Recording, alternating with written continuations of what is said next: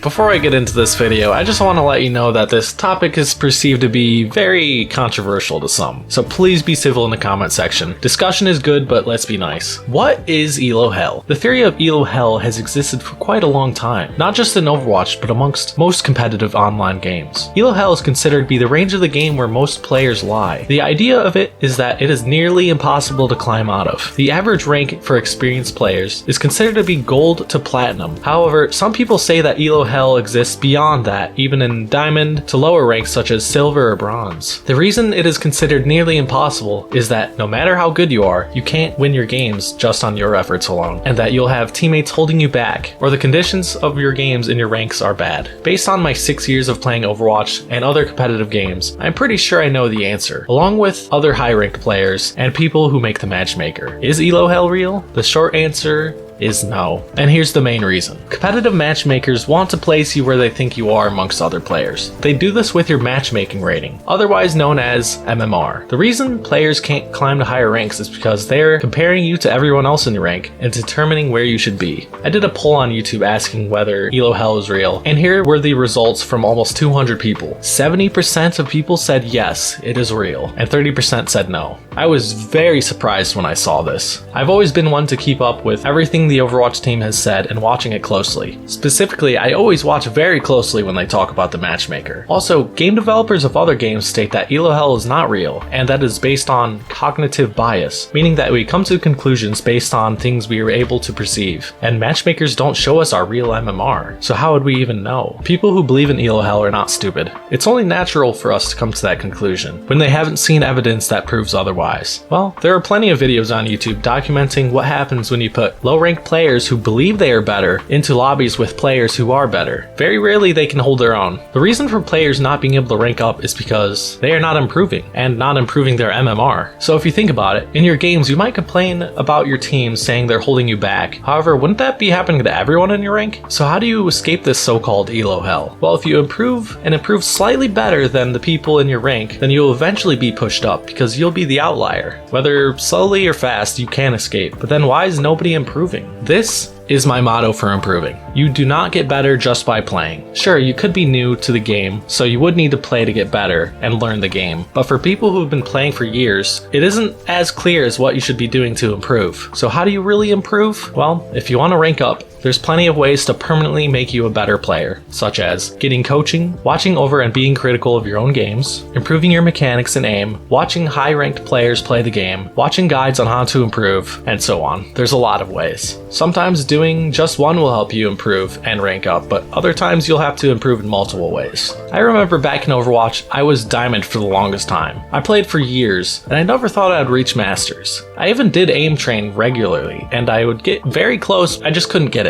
That was until I received coaching. It's actually pretty cheap to find good coaching online, on websites such as Fiverr. You just want to make sure it's a reliable and good coach. In the coaching, I learned a lot of new things that I would have never thought of, and I realized all the bad habits I was making, which were keeping me from ranking up. Immediately after the coaching, I soon reached Masters in just a week, for the very first time on DPS. Now I could reach it consistently, and in Overwatch 2, I'm even Grandmaster on support and DPS. So the moral of the story is, if you want to rank up and escape what we call Elo Hell, then there's only one way to do it: improve.